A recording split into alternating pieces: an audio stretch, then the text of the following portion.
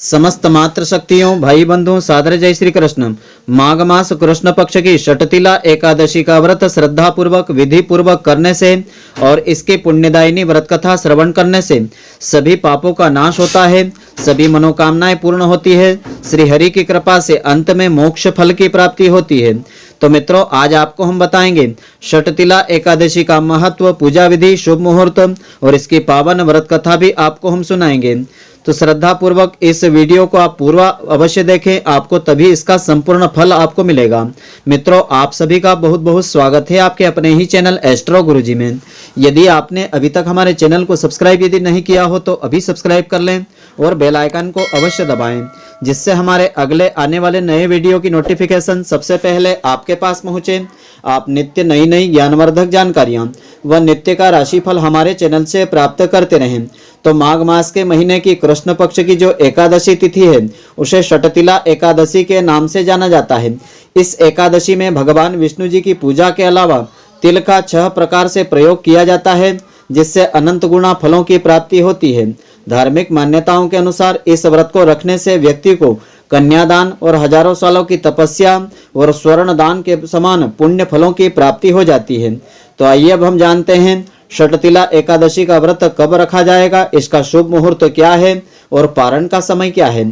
तो इस बार षटतिला एकादशी का व्रत दिनांक 18 जनवरी 2023 बुधवार के दिन रखा जाएगा।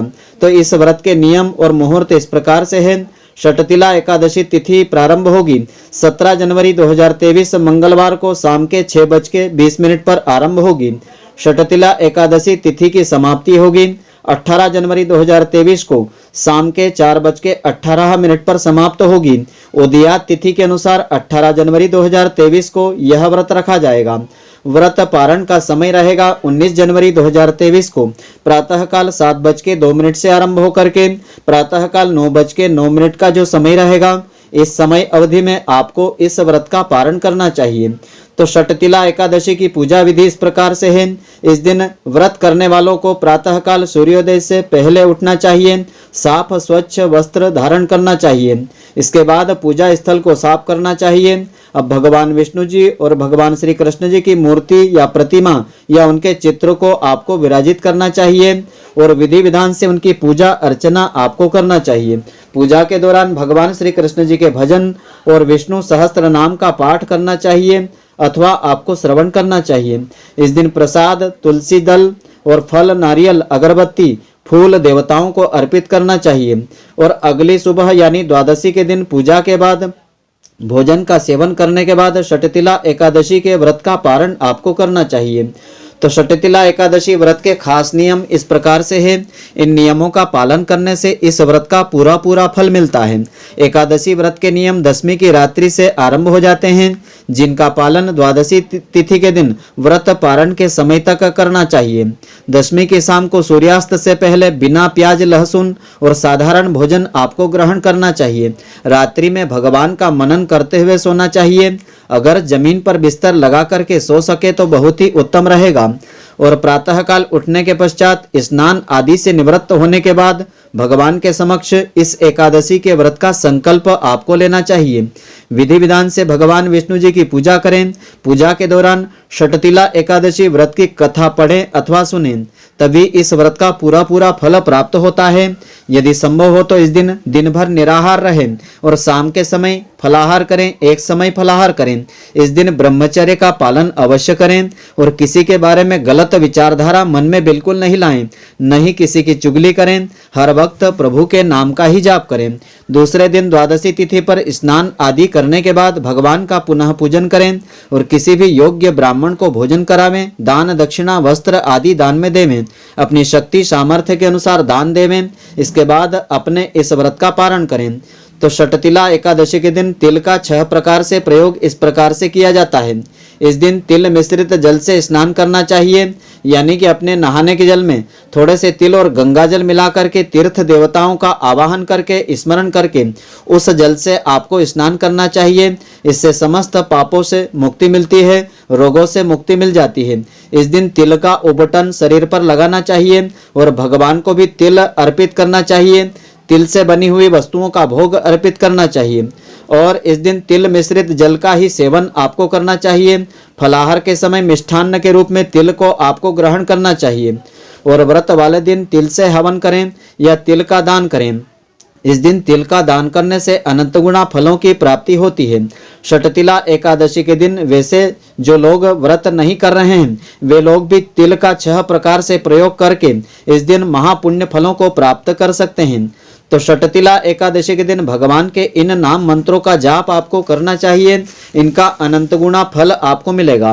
मंत्र इस प्रकार से है: ओम नमो नारायणाय नमः, ओम विष्णवे नमः, ओम हुम विष्णवे नमः, ओम नमो भगवते वासुदेवाय नमः, ओम नमो नारायणाय विद्महे वासुदेवाय धीमहि तन्नो विष्णु प्रचोदयात्।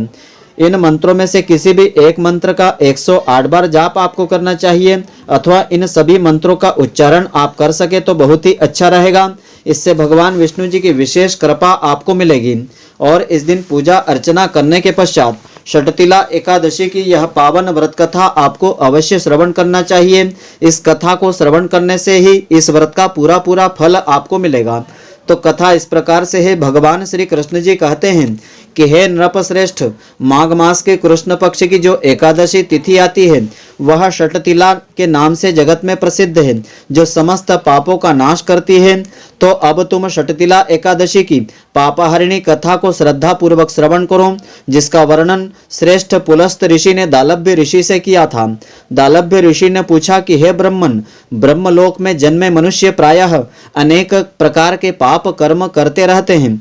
पराये धन की चोरी, हेराफेरी और दूसरे की उन्नति को देख करके ईर्ष्या भी करते हैं। वे अनेक प्रकार के व्यसनों में फंसे रहते हैं, उनको नरक प्राप्त नहीं होवे, इसका कोई सरल सा उपाय बताने की कृपा करें। वह कौन सा दान पुण्य कर्म होता है जिसको करने से सभी पाप नष्ट हो जाएं? कृपा करके बताने की कृपा करें। पुलस्त ऋषि कहने लगे कि हे ऋषिवर, आपने बहुत ही गंभीर प्रश्न पूछा है, इससे मानव मात्र का कल्याण होगा। तो माघ मास में भक्तों को व्रत करने वालों को चाहिए कि नहा धो करके पवित्र होकर के इंद्रियों को संयम में रखते हुए काम, क्रोध, लोभ, मोह, अहंकार, चुगली आदि बुराइयों को त्याग देवें। भगवान विष्णु जी का स्मरण करके जल से पैर धो करके भूमि पर पड़े हुए गोबर को इकट्ठा करें और उसमें तिल और थोड़ा सा कपास मिला करके 108 पिंडिकाएं यानी कंडे के उपले बनावें। उन पिंडिकाओं में से 108 बार आपको हवन करना चाहिए। फिर माघ मास में जब आद्रा या मूल नक्षत्र आवे तब कृष्ण पक्ष की एकादशी करने के लिए नियमों को ग्रहण करें। भली भांति स्नान आदि से नित्य क्रिया से पवित्र होकर के शुद्ध भाव से भगवान विष्णु जी की पूजा करके इस व्रत को आपको धारण करना चाहिए, यानी व्रत का संकल्प आपको लेना चाहिए। कोई भूल हो जाने पर श्री कृष्ण जी के नामोच्चारण करें और रात्रि में जागरण और हवन आदि भी करें। और उसके दूसरे दिन धूप, दीप, नैवेद्य, चंदन, अगरबत्ती, कर्पूर आदि सामग्री से शंख, चक्र, गदा धारण करने वाले देव देवेश्वर भगवान श्री हरि की श्रद्धा पूर्वक पूजा करें। आप चाहें तो पंचोपचार पूजन करें या 16 उपचार से पूजन करें।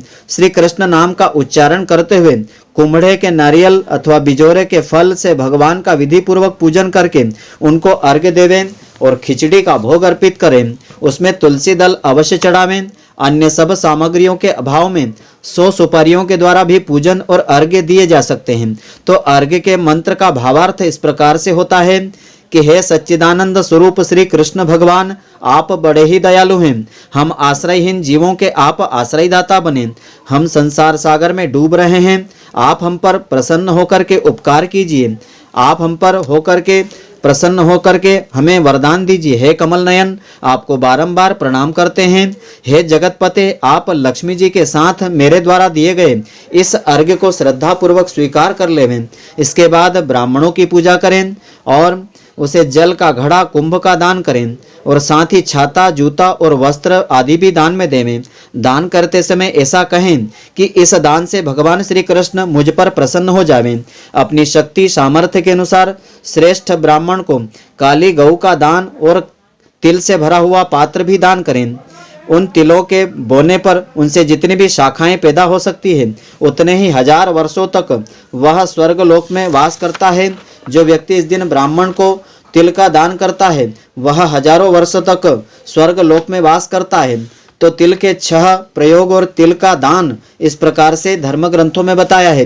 इस दिन तिल से स्नान करना चाहिए जिससे पापों का नाश होता है, और तिल का उपटन लगाना चाहिए जिससे रोगों से मुक्ति मिलती है।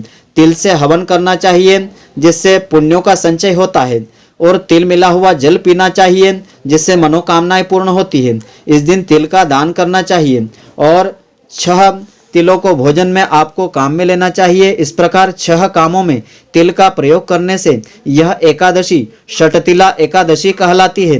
इस प्रकार तिल दान और अनेक प्रकार के पापों का विनाश करने में सहायक होता है।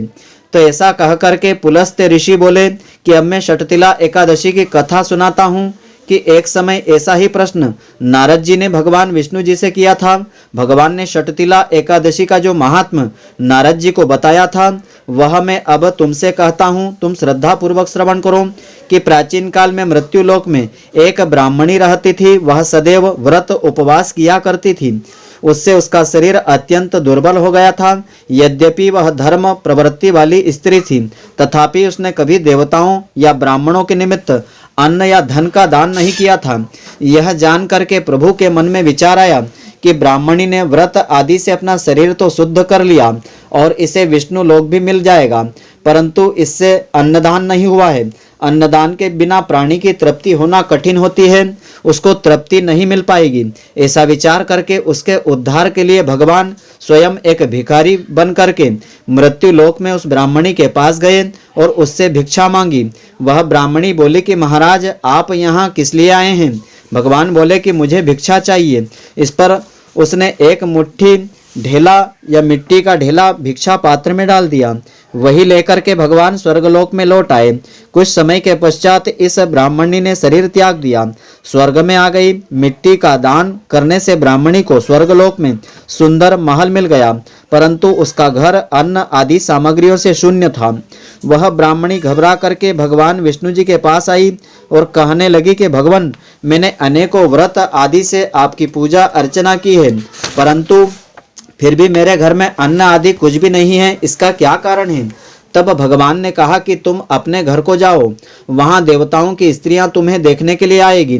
तुम उनसे षटतिला एकादशी का पुण्य और विधि पूर्वक कथा सुन लेना, तब अपने घर के द्वार खोलना।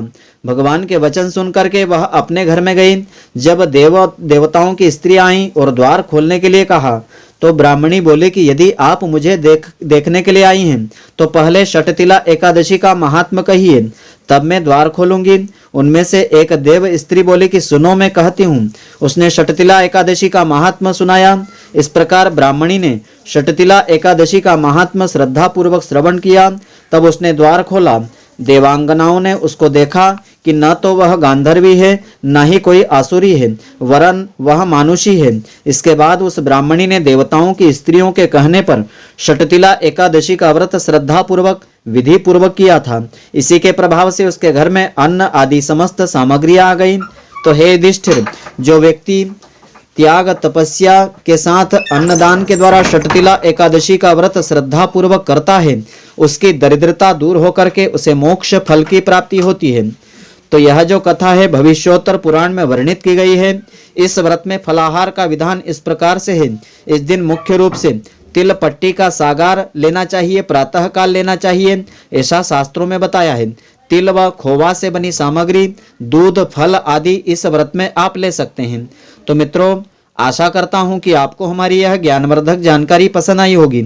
यदि आपको पसंद आई हो तो आप हमारे वीडियो को लाइक व अधिक से अधिक शेयर अवश्य करें, जिससे अधिक से अधिक लोग इसका लाभ पुण्यफल प्राप्त करते रहें और इसका पुण्यफल आपको भी मिलता रहे। धन्यवाद। जय श्री कृष्ण मित्रों, फिर मिलेंगे।